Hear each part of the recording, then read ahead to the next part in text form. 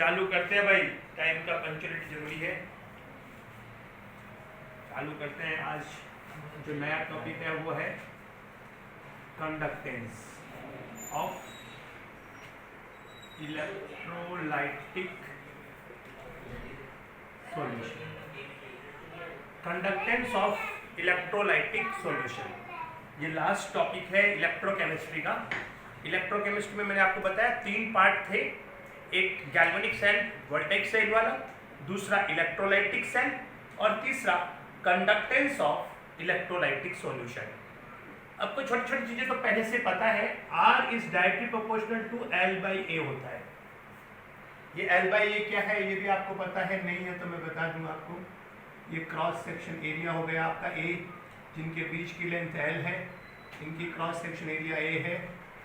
इनको आप connecting wire से अटैच करेंगे, ये आप इनके बीच में सॉल्यूशन फिल करेंगे, ये आपका।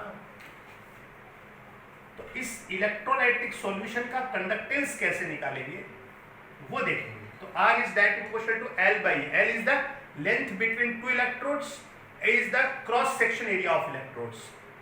तो R is equals to sign में प्रोपोर्शनल आएंगे रो इनटू L/A।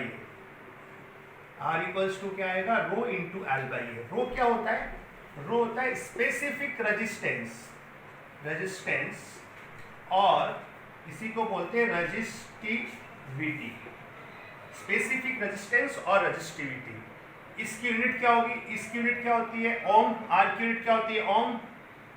इधर जाके ये मीटर स्क्वायर और अपन मीटर, तो मीटर रह जाएगा, तो ओम इंटू मीटर और ohm into centimetre.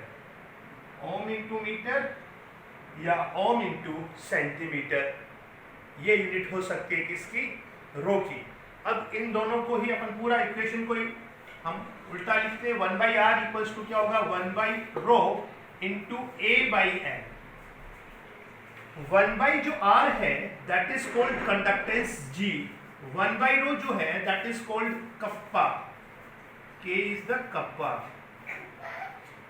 K is the kappa 1/रो, और ये A/N। तो कप्पा इक्वल्स टू, अच्छा ये जो L/A है that is called Z star, cell constant, that is equals to L/A।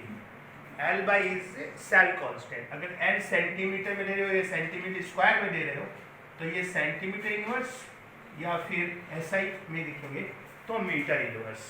तो कप्पा इक्वल्स टू क्या आ जाएगा, कप्पा इक्वल्स टू आएगा Z इंटू L/A। L/A क्या होता है, Z star. This is the kappa. तो आप ये याद रख लीजिए, ये याद रख लीजिए, बहुत इंपॉर्टेंट है। कप्पा इक्वल्स टू क्या हो गया, J into J star. Let us say A equals to 1 centimetre square, L equals to 1 centimetre, तो kappa equals to Z। Kappa होता क्या है, कप्पा को दिखते क्या है, यूनिट क्या होती है। Kappa is called as specific conductance और कंडक्टिविटी। कप्पा को क्या बोलते हैं, स्पेसिफिक कंडक्टेंस और कंडक्टिविटी। आजकल ये रेजिस्टिविटी और ये कंडक्टिविटी, SI में आजकल ये स्पेसिफिक कंडक्टेंस बोलना बंद कर दिया है। अभी SI वाले क्या यूज करते हैं, कंडक्टिविटी। तो कप्पा इज द कंडक्टिविटी। तो कंडक्टिविटी क्या है, conductance of 1 centimetre cube solution is called as conductance और कंडक्टिविटी। तो कंडक्टिविटी इज द कंडक्टेंस। तो कंडक्टेंस ऑफ ये 1 centimetre cube solution is called as conductivity. What is conductivity, conductance of, अच्छा G क्या है, कंडक्टेंस। तो हम G की और K की यूनिट देखते हैं। तो G की यूनिट क्या होगी, G की यूनिट क्या होगी, G क्या है, G equals to 1/R। 1/R का मतलब हो गया ओम इनवर्स और मो और साइमन S। ये हो गया आपका किसकी यूनिट हो गई, G की। G क्या होता है, 1/R।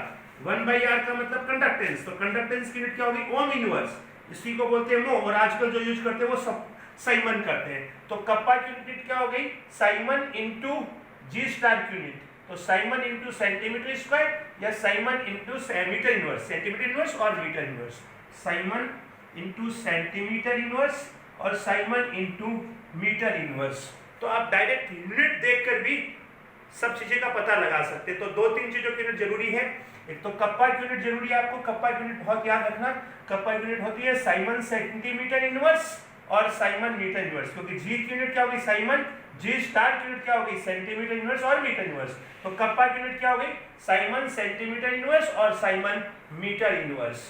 तो वापस से रिकैप करवा देता हूं, यहां से मैंने शुरू किया था, आपको थोड़ा सा छोटा बोर्ड है ना, ये लीजिए,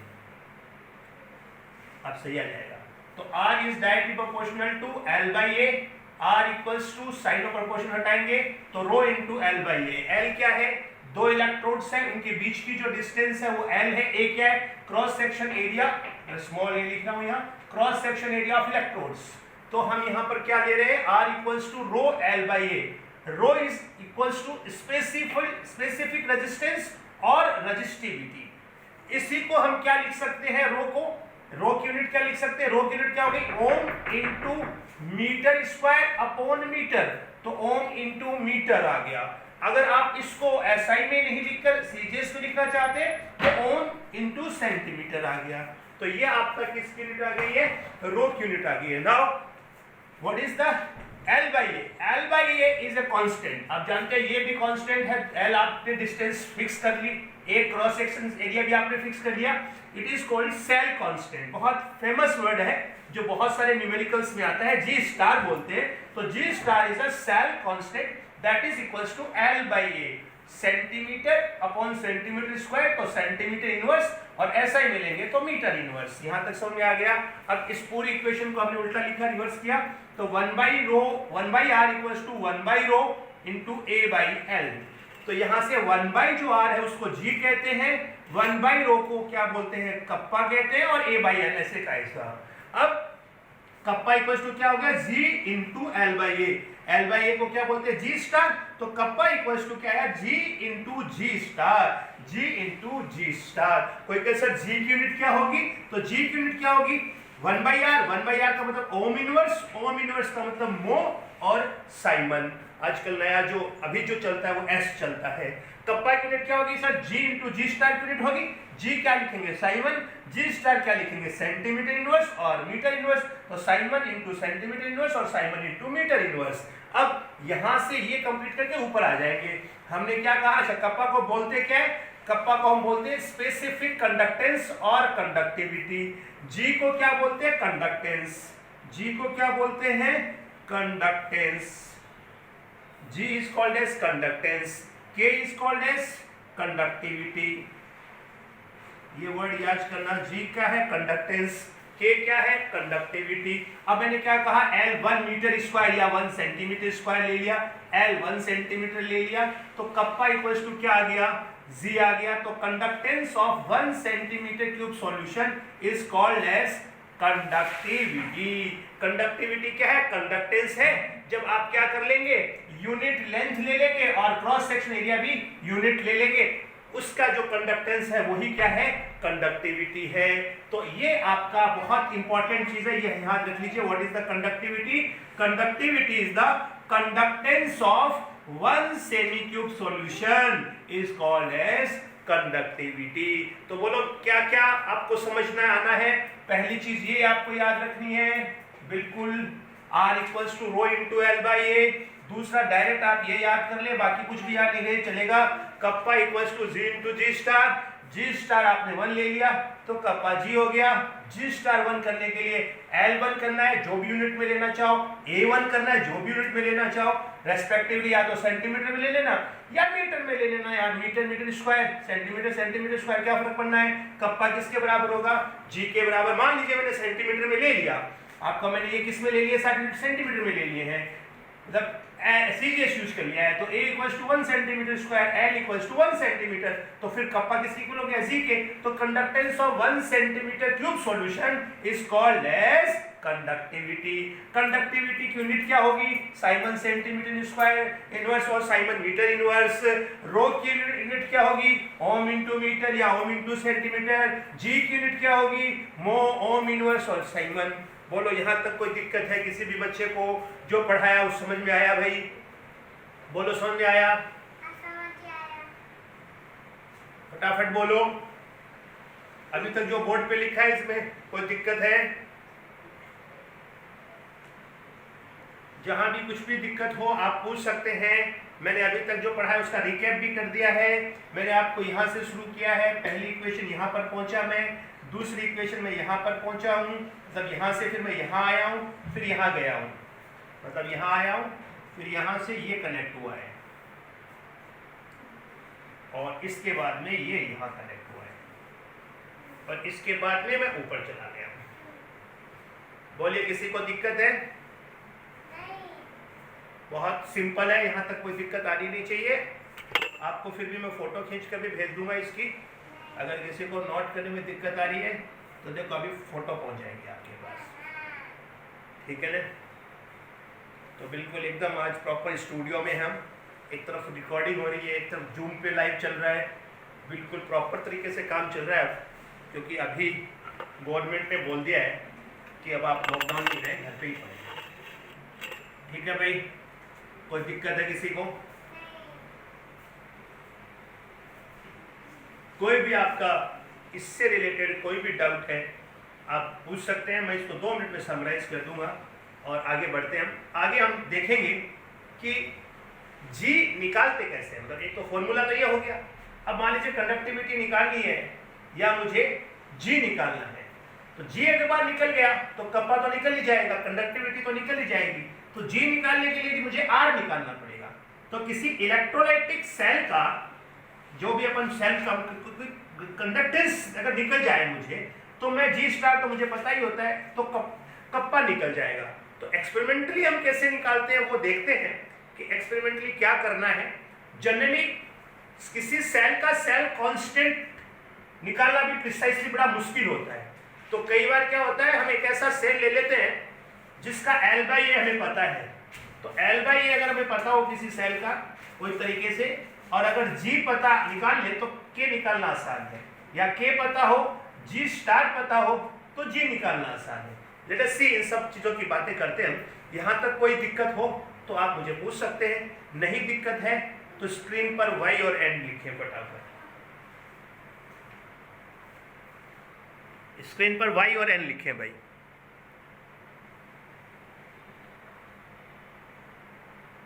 Y का मतलब आगे बढ़े, है ना? दिक्कत है तो Y लिखना है यार। अगर दिक्कत, चलो मुझे नहीं पता आप क्या Y ज़्यादा लिख रहे हैं, इसका मतलब आगे बढ़ जाना है, ठीक है? Y का मतलब सबको समझ में आया है।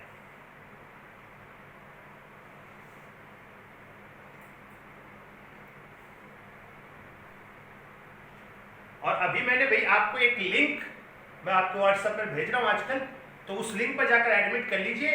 आपको मतलब उस लिंक पे जाकर आप क्लिक कर लीजिए, आपको मुझसे एडमिट करवाने की अब जरूरत नहीं है। यहाँ तक समझ में आया भाई सबको? ओके, आगे बढ़ते हैं। इसको मैं रिमूव कर रहा हूँ और आपको मैंने इसकी फ़ोटो भेज दूँगा ग्रुप में।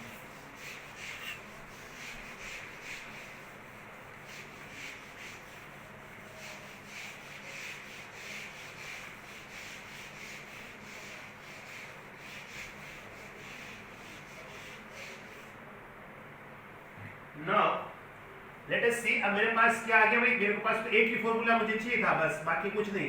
कापा equals to G into G star. जिसको ये समझ में आ गया उसको सब समझ में आ गया। जी 1/r और जी स्टार L/A। बस इसको सेल कांस्टेंट बोलते हैं, इसको सेल कांस्टेंट बोलते हैं, इसको कंडक्टेंस बोलते हैं और इसको कंडक्टिविटी बोलते हैं। बस जिसको ये समझ में आ गया उसकी बात बन गई। अब हम देखते हैं कि कैसे किसी भी सेल का कंडक्टेंस निकाला जा सकता है प्रैक्टिकली। तो आपको व्हीट स्टोन ब्रिज याद होगा, फिजिक्स में हम यूज करते हैं। शायद मुझे लगता है आपने 11th में पढ़ा है क्या व्हीट स्टोन ब्रिज, या 12th में पढ़ते हैं? 12th में पढ़ते हैं व्हीट स्टोन ब्रिज। उसको यूज कर हम R निकालते हैं। देखते हैं, मैं आपको बता देता हूँ थोड़ा सा, जितना अपने को रिक्वायरमेंट है उतना मैं बता देता हूँ, ध्यान से सुनेंगे तो समझ में आ जाएगा, कोई बड़ी चीज नहीं है। ये AC सोर्स है, ध्यान रखना, DC सोर्स नहीं लगाते। क्यों नहीं लगाते वो भी मैं बताऊंगा आपको। AC सोर्स लगाना है। ये जिस सेल की कंडक्टिविटी निकालनी है वो आ गया, ये एक रेजिस्टेंस, ये दूसरा रेजिस्टेंस, ये तीसरा रेजिस्टेंस, ठीक है। इन रेजिस्टेंस को भी हम क्या बोल दें, इसको R1 बोल दें, इसको R2 बोल दें, इसको R3 बोल दें, और ये P डिटेक्टर लगा दें। इसे बोलते हैं व्हीटस्टोन ब्रिज। ये क्या है, ये जो सेल है उससे कनेक्ट हुआ है, समझ रहे ना, ये सेल आपका, ये जो भी सेल है ना, उसके वायर से कनेक्ट किया हुआ है। तो जिस किसी का भी कंडक्टेंस निकालना है, उस सेल की कंडक्टिविटी, जो सेल है वो ये है। तो कंडक्टिव, ये आपका क्या आ रहा है, कंडक्टिविटी, कंडक्टिविटी सेल, ये आपका कंडक्टिविटी सेल है।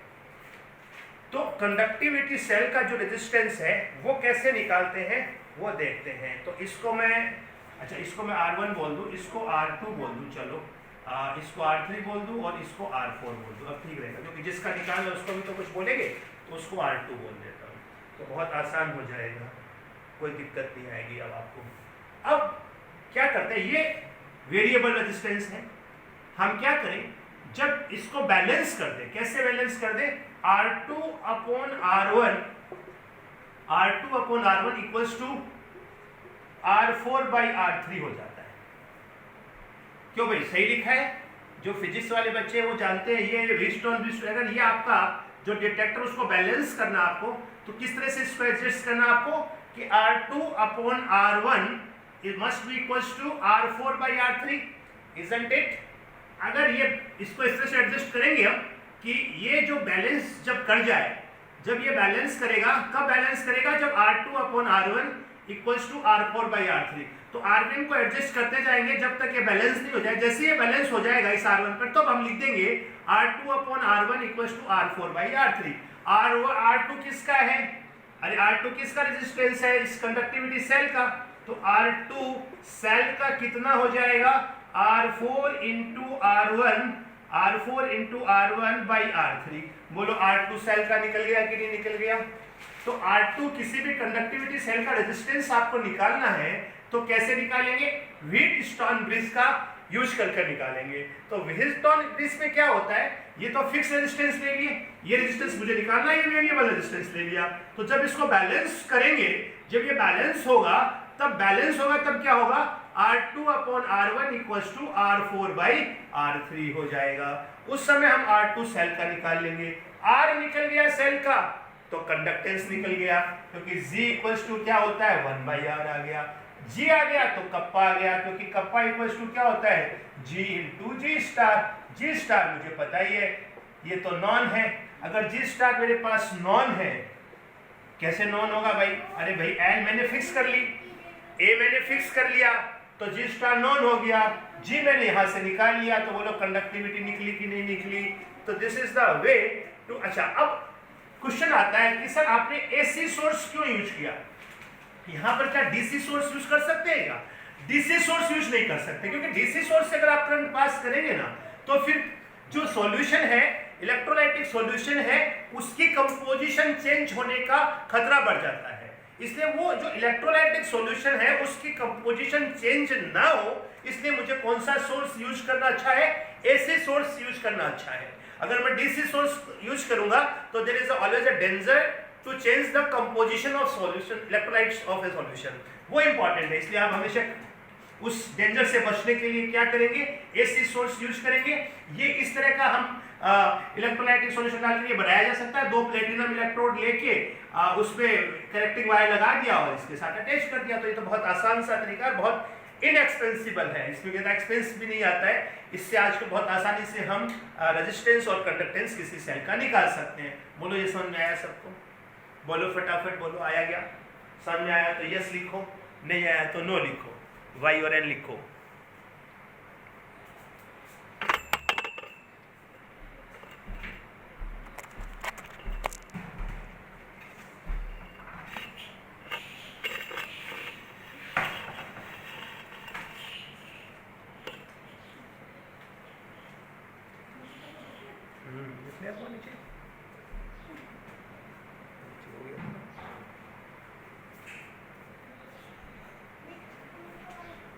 हाँ, फिर से समझा देता हूँ एक बार, बिल्कुल समझा देता हूँ एक बार फिर से, नो प्रॉब्लम।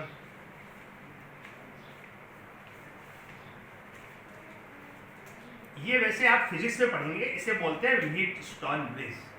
व्हीटस्टोन ब्रिज में क्या होता है, मान लीजिए ये एक रेजिस्टेंस R2 है, ये R1 है, सिंपल ये R2 है, ये R1, अभी मैं कुछ नहीं कर रहा, सिंपल 4 रेजिस्टेंस लिए, एक R2, एक R1, एक R4 और एक R3।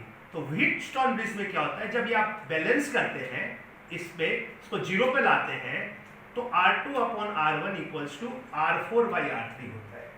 R2 upon R1 equals to R4 by R3 होता है। ये व्हीटस्टोन ब्रिज का प्रिंसिपल है जो आप फिजिक्स में बहुत डिटेल में पढ़ने वाले हैं। मैंने क्या किया, उसी प्रिंसिपल को यूज कर एक रेजिस्टेंस जो अननोन है, जिसको मुझे निकालना है, उस सेल के साथ अटैच कर दिया, जिसका निकालना है उसका नाम दे दिया R2, R1 वेरिएबल ले लिया, R4 R3 फिक्स कर लिया। मुझे ये जीरो करना है, इसको बैलेंस करना है। इसको बैलेंस करने का लिए कब बैलेंस होगा भाई, जब R2 upon R1 equals to R4 by R3 हो जाए। तो मैं इसको थोड़ा सा भी इधर उधर करके इस तरह से बैलेंस कर लूंगा कि जीरो हो जाए। जैसे ये जीरो हुआ मैं बोल दूंगा R2 upon R1 equals to R4 by R3। तो इससे मुझे R2 निकल गया, क्योंकि ये भी नोन है, ये भी नोन है, ये भी नोन है, तो ये अननोन निकल गया। अननोन वाला रेजिस्टेंस निकल गया तो कंडक्टेंस निकल गया, कंडक्टेंस निकल गया, जी स्टार मुझे पता ही है तो कापा निकल गया, कापा मींस कंडक्टिविटी निकल गई। It is so simple. Source कैसा लिया है मैंने, यहाँ जो मैं करंट पास कर रहा हूँ, जो सोर्स ले रहा हूँ वो एसी सोर्स ले रहा हूँ। कोई कैसा एसी सोर्स क्यों ले रहा हूँ, डीसी क्यों नहीं लिया? डीसी लेता तो इलेक्ट्रोलाइटिक सॉल्यूशन की कंपोजिशन चेंज हो जाती। उस डेंजर से बचने के लिए, वो जो प्रॉब्लम आ रही थी उससे ओवरकम होने के लिए I have used AC source. That's it, बहुत simple.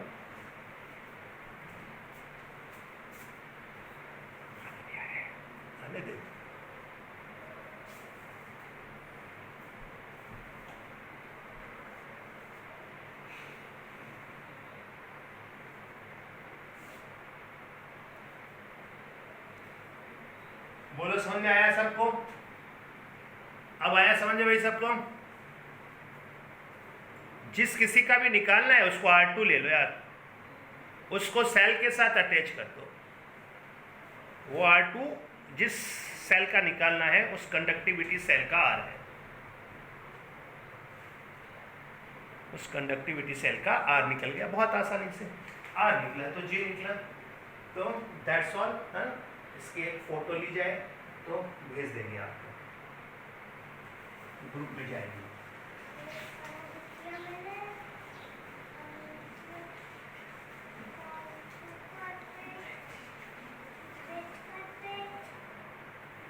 Now there is a difference between metallic conductance or electronic conductance, between electrolytic or sometimes called as ionic conductance. तो metallic conductance में, here I am writing metallic conductance or also called as electronic conductance। इधर मैं लिखूंगा electrolytic conductance और ionic conductance. तो मैंने दो part में कर लिया, एक है मेरा मेटेलिक कंडक्टेंस और इलेक्ट्रॉनिक कंडक्टेंस, दूसरा वाला पार्ट है मेरा इलेक्ट्रोलाइटिक कंडक्टेंस और आयनिक कंडक्टेंस। पहला ये क्यों होता है, it is due to movement of electrons भाई ये किसके कारण होता है metallic conductance? It is due to movement of electrons. ये क्यों होता है? It is due to movement of ions. यहां कौन मूव करते हैं? सॉल्यूशन में आयंस मूव करते हैं, या एक एंड से इलेक्ट्रॉन पास करेंगे दूसरे से निकल जाएंगे, तो ये इलेक्ट्रॉन्स के मूवमेंट के कारण होगा। दूसरा बहुत इंपॉर्टेंट है कि ये किस पर डिपेंड करता है? The nature and the structure of the metal. किस पर डिपेंड करता है? द नेचर एंड, पहले ये लिख देता हूं सारे, स्ट्रक्चर ऑफ मेटल।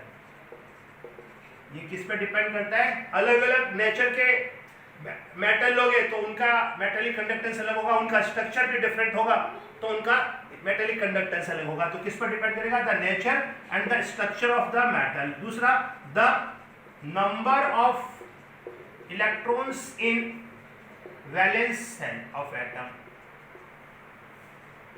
और किस पर डिपेंड करेगा? The number of electrons in valence shell of atom, उस पर भी डिपेंड करेगा। फोर्थ क्या होगा इसका? अगर आप टेम्परेचर इंक्रीज करेंगे तो क्या होगा? मेटेलिक कंडक्टेंस डिक्रीज करेगा। टेम्परेचर इंक्रीज करने पर मेटेलिक कंडक्टेंस डिक्रीजेस। मुझे लगता है सिंपल आप पढ़ चुके हैं। टेम्परेचर इंक्रीज करेंगे तो रेजिस्टेंस इंक्रीज होगा, रेजिस्टेंस इंक्रीज होगा तो मेटेलिक कंडक्टेंस डिक्रीज होगा। तो यहाँ टेम्परेचर इंक्रीज करेंगे, ये इंपॉर्टेंट भी है।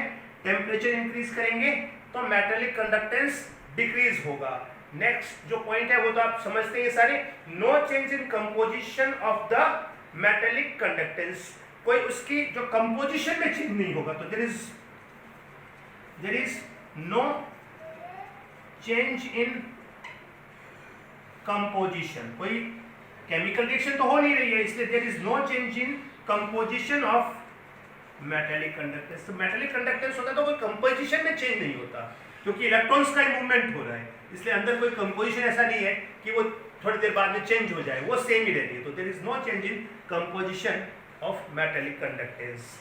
बहुत सिंपल सा था। इसमें ले लेते हैं, ये किस पर डिपेंड करेगा? ये डिपेंड करेगा, पहला it is due to movement of ions. दूसरा किस पर डिपेंड करेगा? The nature of the electrolyte added. किस पर डिपेंड करेगा ये भाई? The nature of electrolyte added. किस पर डिपेंड करेगा? कुछ इलेक्ट्रोलाइट है वो ज्यादा डिसोसिएट होते हैं, कुछ कम डिसोसिएट होते हैं, कुछ में आयंस का मूवमेंट ज्यादा होता है, कुछ में आयंस का मूवमेंट कम होता है। तो किस पर डिपेंड करेगा? The nature of electrolyte added. Electrolyte बदलेंगे तो इलेक्ट्रोलाइटिक कंडक्टेंस भी हर हाल में बदलेगा। तीसरा क्या है? Size of the ions produced and their solvation. Size of the ions produced and their solution। ये मैं बहुत और डिटेल में पढ़ाऊंगा। किस पर डिपेंड करेगा? Size of the ions, size of the ions produced and their solvation. Solvation पढ़ा होगा, केमिकल बॉन्डिंग में पढ़ाते थे अपन सॉल्वेशन, तो उस पर डिपेंड करेगा। द नेचर ऑफ सॉल्वेंट, और किस पर डिपेंड करेगा? The nature of solvent and its viscosity। Her solvent की विस्कोसिटी अलग अलग होती है, तो किस पर डिपेंड करेगा? कौन ज्यादा विस्कस है या कौन कम विस्कस है, उस पर डिपेंड करेगा। और किस पर डिपेंड करेगा? Concentration of electrolyte.